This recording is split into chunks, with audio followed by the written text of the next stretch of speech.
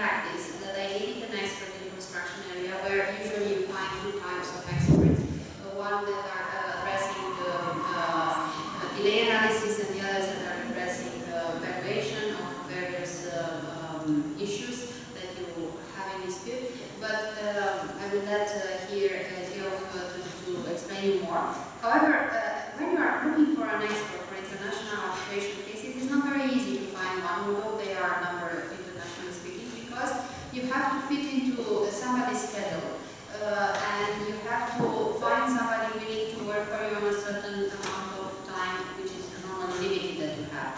And when doing so, it happened to me on a number of occasions to find a very good response at Field International, because they have a very good team of professionals that may work with you, and then if they help you identify a suitable expert for a particular case that you need. So it was a really important asset in working with their company. On the other hand, what I would like to stress is professional experience of Geoff. He's not coming from, let's say, just the science part of the work. He's coming from the practical part of the work, which is working on planning and managing projects on different sites worldwide. So he saw the real life. He saw how things are happening on the site, and he understood how things are working, where the mistakes are usually coming from, how people are interacting, how this is reflected in what is happening at a certain moment in time later on, and why this may occur from this source. That is an unvaluable asset for an expert in arbitration, because no matter how hard you are trying to discuss with somebody and to work with an expert that has a very good understanding of the, let's say, program that is used for the analysis, or on the technical part of the site. If you don't find somebody who actually had a part of the site on real life construction works, usually you will have some communication issues that will prevent you to reach the best result possible. So having this said, I would very much like for you to be able to get more of the remaining time with Geoff rather than with me, and I would like for him to take the floor. Okay, thank you very much. Thank you for the introduction. My background then is, I'd say my credibility as an expert relies upon my working life in construction. So, whereas you've heard the accounting experts, accountancy is, I would say, is quite a science. So it looks to me as non-accord. We find we have knowledge of which percentages are drawn from here and here, and certain methods from here and here. Now, typically, an expert in my field, which is typically looking at delay within projects, the expertise which is drawn is usually drawn from my experience of involvement in construction projects. This is the norm for an expert in the type of work that I do. So if you read my CV, you'll see that all that I have is a qualification, is a BSc in civil engineering, and then it stops. Whereas if you read those others around the table, you can go to lunch while we continue to read the list of alphabetical references. So that's the kind of background that you get from a guy like me. So there I am, I'm a senior vice president. If you're a very good speaker of English, you'll know that the initials are SVP, which has been pointed out also stands for soil vent pipe, which is something not to be used apart from inconveniently. So I have 20 years working as a contractor and now 15 years in consultancy. When I returned to my former life with the guys I used to work with, they say, how's it going? And I said, it's much better than a proper job. What I do now, I say I'm just a typist. I look at other people's works and I commentate. I don't have to deal with daily hassles of construction. This is an easy life. I promise you, being an expert is easier than making a living. Is that right? Yes. Well, this is true. The diversity. Well, this is true. I've been asked to look at working with technical experts in construction, an expert's view, and we've been you an overview of the type of work I'm familiar with to assist you to understand why, where, and when you might need my expertise. So don't worry about an accountant, you have a delay now. This is why you need a planning or delay expert. This little chart here is taken from a survey done by the Chartered Institute Building in 2009. And it basically says that the more complex the project is, the more likely it is. In fact, it says the less likely it is to be completed on time. You'll see at the right-hand end there that complex building projects, the survey found that a complex building project is likely to be more than 6 months in delay. Now, that's more than 6 months. What we actually find is typically the projects that I've been involved in, when we come to dispute, I would say usually the overrun is likely to be between 50 and 100%. So you'll see some figures shortly where you see a 24-month project, which in fact ran 36 months over time.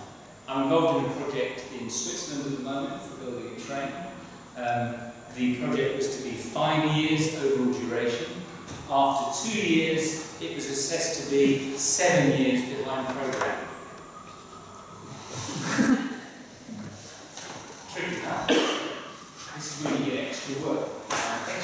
Now, I just want to take you in. So what we end up with is claims for additional costs. The contractor will say, look how long it took me to do this work. It's all your fault, Mr. Owner. I'd like you to pay me for all the costs I've incurred. The contractor also says, I don't wish to pay the damages, and he claims for an extension of time. You all understand extension of time, of course. The extension of time clause is inserted in the contract for the owner's benefit, not for the contractor's benefit, because it enables the owner to maintain the right to charge liquidated damages. Contractors always think that the extension of time clause is for them to give them relief of LDs. It is not. That's a spin-off. It is there to maintain the employer's right to charge liquidated damages, even though it varies the underlying terms of the deal between the parties. We know that. Now, I just want to take you to consider the complex interaction, of course, with delay. You'll find aspects of my talk are much more simple than you find from accountants. This is the type of situation that I deal with day to day. I go to work. The trains at the railway station, Guildford Station, close to my home, they leave every 15 minutes. I'm not very good at planning my journey, so I'm always there just in time. So on this particular day, I leave home 5 minutes late. Now, first question, will I be 5 minutes late at work? You'll say, no, Geoff, you'll be 15 minutes late at work. Well, no. We'll have to wait and see. When I get to the station, the train is 10 minutes late. I catch the train. I arrive at work 10 minutes late. Was it 5 minutes down to me and 10 minutes down to the rail operator? Is it all due to the rail operator? Has the rail operator accelerated my journey because I would have been 15 minutes late and not 10? My word, this is a simple journey to work, and we're all very confused. And this is, I use that as an example because it seems so simple, but that throws out all the issues because there's one more issue in there called concurrency. Do you realise the train was running late before I left home?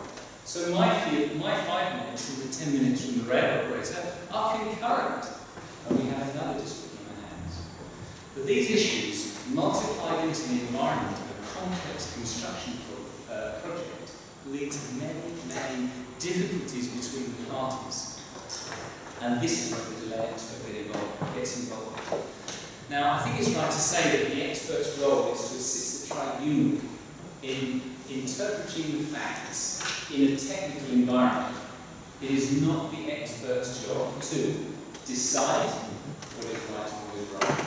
That's the tribunal's place to make the award. It's not the expert's job to particularly apply the law. That would be, when I'm being advised, I would often say, well, now, I've understood the facts of this journey to work. Now what happens is, what about the contractual duties?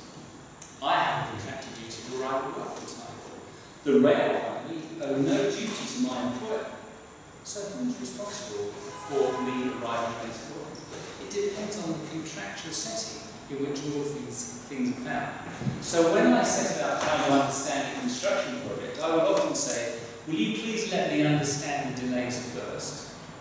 Then, will you explain to me how the contract works? I'll tell you the story, you tell me about the contract, and really then we'll work together to work out how the two matrices fit together. And so discussion of precedence of delay, the 5 minutes, then the 10, concurrency, liability. We have to put the understanding of the facts and the understanding of this technical issue of delay in construction into the context of the contract. So I was asked then just to look at, to explain to you the sort of situations I get involved in. So I have 3 examples, and we'll try and get through more. When I give talks, I never overrun, I just stop. So next time you say, oh, okay, pull up the chairs, very good. So we have a process plant in Slovakia, delayed progress and completion of the installation of the bioethanol process plant, 18-month original contract, and overrun by 12 months. Now, you'll see further down there, I was appointed by the claimant. The claimant was a company that designed the process plant, whereby you put in chicken feed, corn, at one end, and you hold out the glass. Well, you don't drink it actually at the other end, you use it to, as part of the industrial process. But out comes alcohol, very good idea, we should have these at home. In goes corn, out comes alcohol, it would be very, very useful. But this company developed the process plant, and then the owner had an old industrial unit into which he wanted to put this plant, and he wanted to become a manufacturer of bioethanol.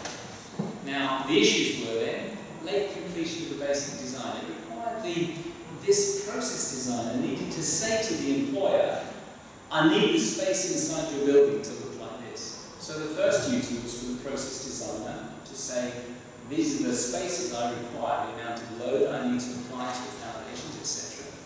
The next thing then was that the owner didn't hand over the refurbished buildings on the timetable that was agreed between the two. Then we had incompatibility between what the owner did and the detail of the process plant design. Where will the fixings be? Where will the support levels be? There was a problem.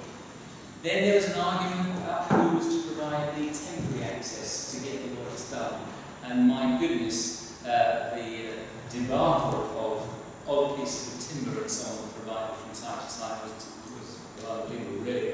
And then unexpected influence of cold weather. The process designer said, but I thought you'd heat the building while I was in there. I didn't think my men would keep freezing whilst the work was done. And all of these things caused delay. Now, what's quite intriguing is, now my job is simply to understand first the causes of delay. And I agree, I could see within the progress of the work, these are the matters which went together to cause this 12-month overrun.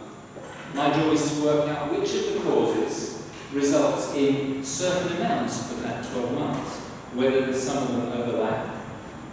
When I've understood that, we can then consider, in the context of the contract, where does the liability lie for the results of those delays.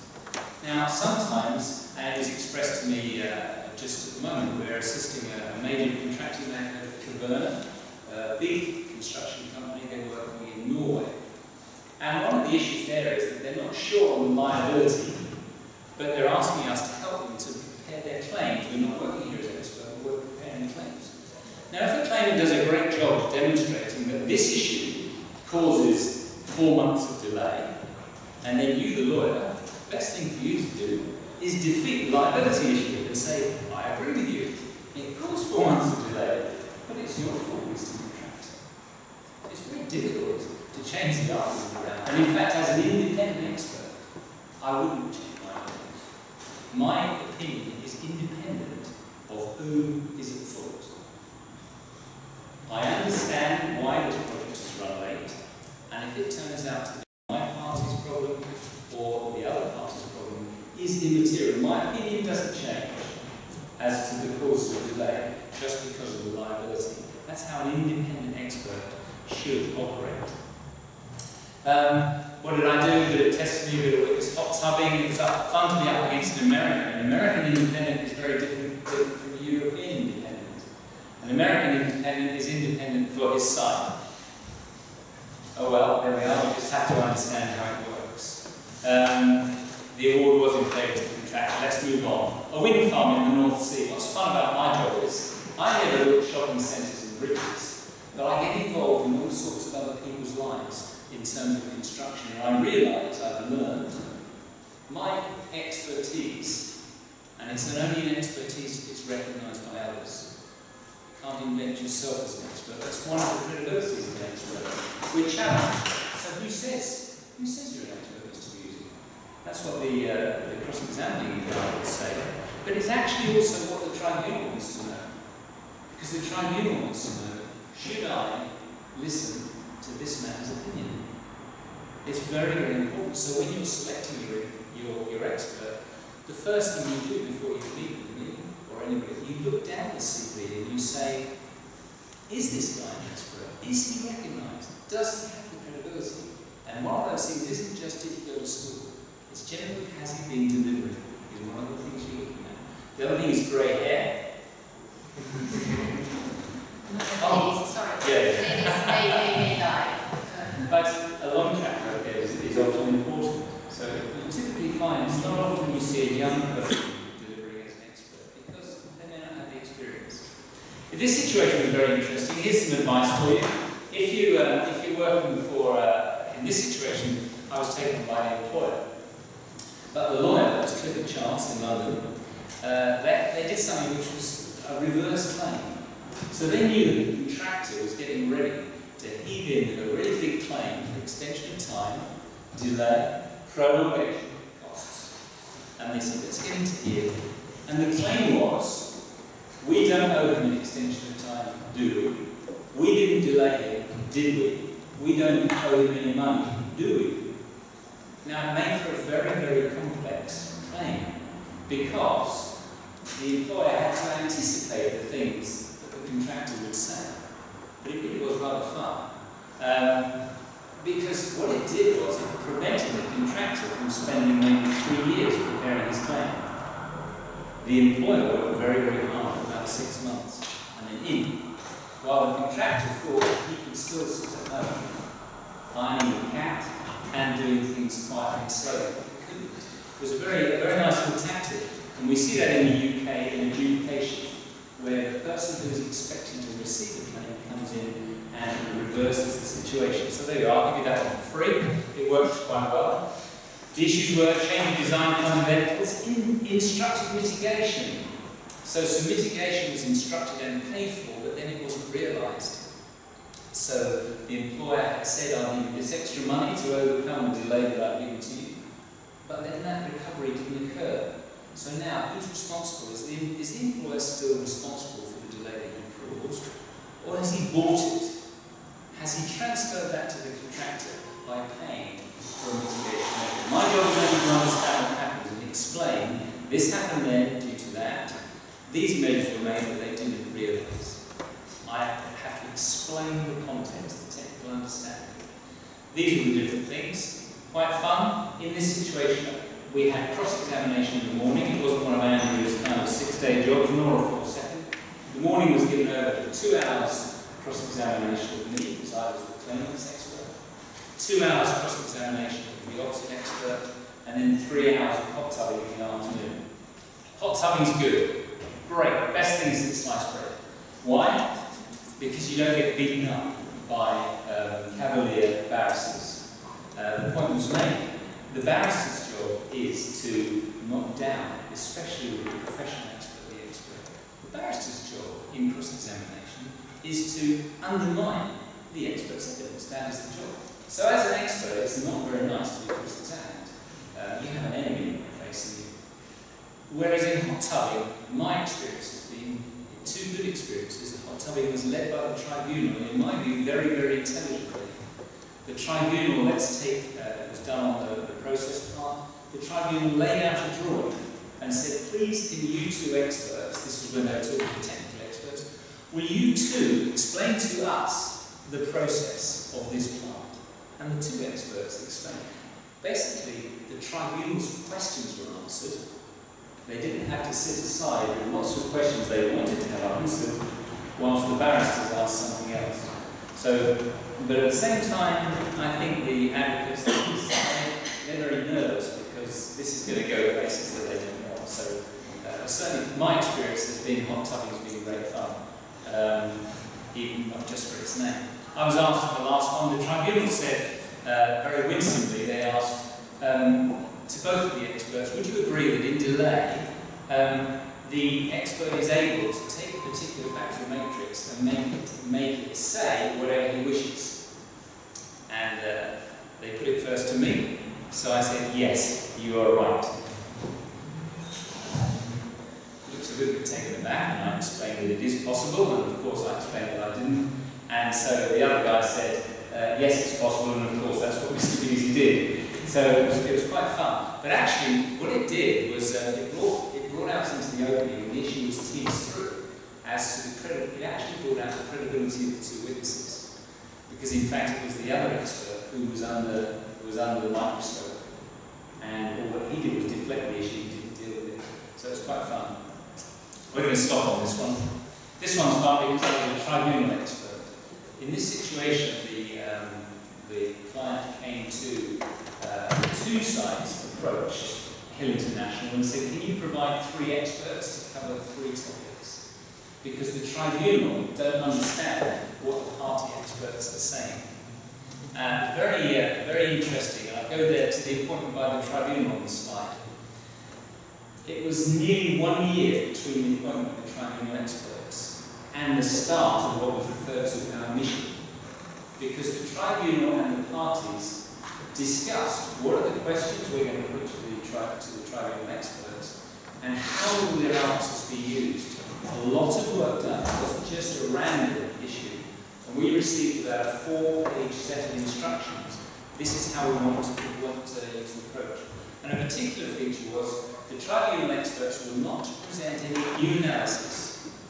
We were only asked to look at the analysis of both sides, help the tribunal to understand, and then the last question was, to the extent that the tribunal experts may disagree with the party experts, make your recommendation for the discount that should be applied to the party expert's position. Very, very interesting role to take on. And then I think we'll close here, because what was rather fun was I wasn't cross-examined. One of the parties said, they asked the tribunal, could we have leave to explain our pleadings to the tribunal experts? To which the other party said, really?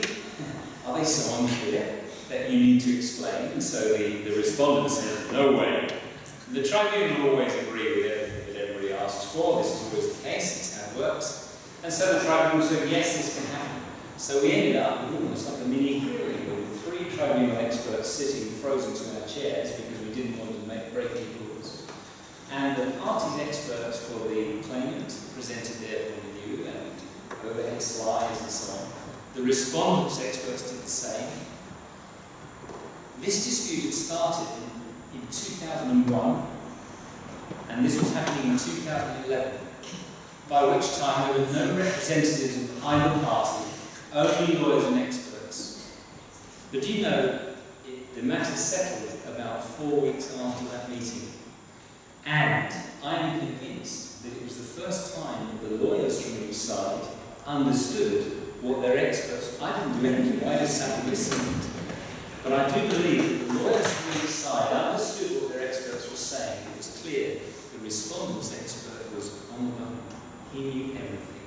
His presentation, this is where the expert's role is. Know what's going on. Be able to communicate that clearly. Present it. We are advocates. I will take contention. We are advocates for our opinion, not for our party. But my job in the box is to advocate the opinion that I've arrived at and demonstrate that my opinion is correct against the opinion of the other. I have to take into account, but I am an advocate. I advocate my opinion. And this is what this party did. They showed that they were the men that understood. They explained clearly, they demonstrated clearly that the other side were wrong, and the claimant side were really quite a heap. And it was only, I think it was 4 weeks after that, after 10 years, the parties came together and resolved the issues. Very interesting. There was no part of mine, I only watched, but it was very interesting to see that. The first time, the experts were